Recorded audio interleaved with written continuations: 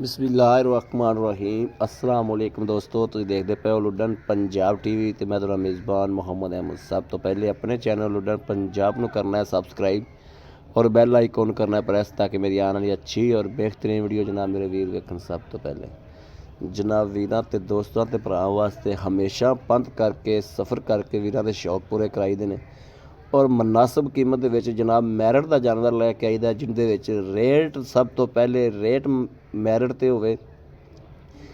जानवर तो जनाब हर बंदे दे पसंद आ ही जाता है। असल गल मकसद जिहड़ा हुंदा रेट मुनासिब होवे, हर वीर दे भरा दे दिल लगे। अज वाला साडा रेट मेरे वीरां दे पसंद लगे, दिल लगे। वीडियो नूं शेयर करना है, सबसक्राइब करना है, लाइक करना नहीं भुलना। बाकी वीरां वास्ते हमेशा मेहनत करते रहांगे और मेहनत करके अच्छा तो सुथरा जानवर लिआंदे रहांगे।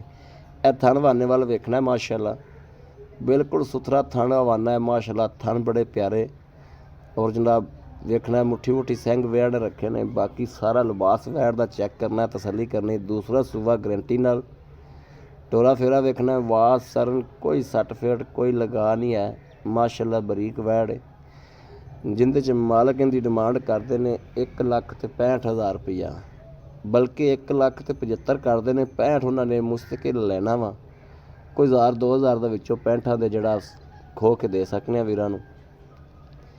यह वैड़ वीरां दे सामने खलोती है। 12 तो 14 किलो दुध ठंडा आके चोना है। मगर वच्छी यह वेखना है, मगर वच्छी माशाअल्लाह वच्छी भी सुथरी है।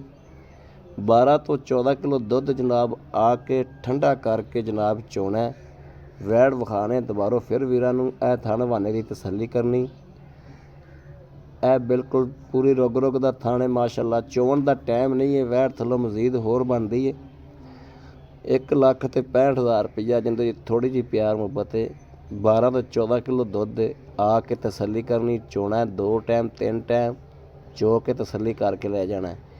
अगर तसली ना होवे, दुध इन्ना ना होवे, डंगर नूं कोई फुहार छट्टा होवे या थन च गंढ मरोड़ी होवे, वीरां नूं आयां नूं किराया भी इंशाअल्लाह देआगे, दिहाड़ी भी देआगे।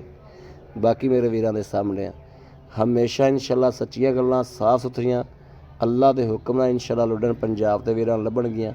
अल्लाह के फजल नाल यह नहीं कहते सोना सोना जो और रेट के मुताबिक नज़र आ जाता है। जो रेट होंदा रेट के मुताबिक सोना लैके आइए तो फिर ही जनाब सोना नज़र आता है। राबता नंबर 0307 00 15 881। इस नंबर पर व्हाट्सएप मौजूद है। 24 घंटे ऑनलाइन होंदा, मेरे वीर राबता कर सकते हैं। 1,65,000 रुपया डिमांड है। 12 तो 14 किलो दुध वीर चवा के देणगे, इत्थे तसली करके लै जानी।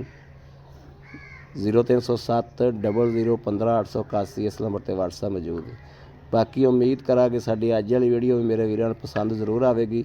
पसंद आवे कमेंट लाइक शेयर जरूर करता रहना है। बाकी इस वीडियो तो अपने वीर अहमद देनी है इजाज़त। अल्लाह निगहबान, पाकिस्तान जिंदाबाद।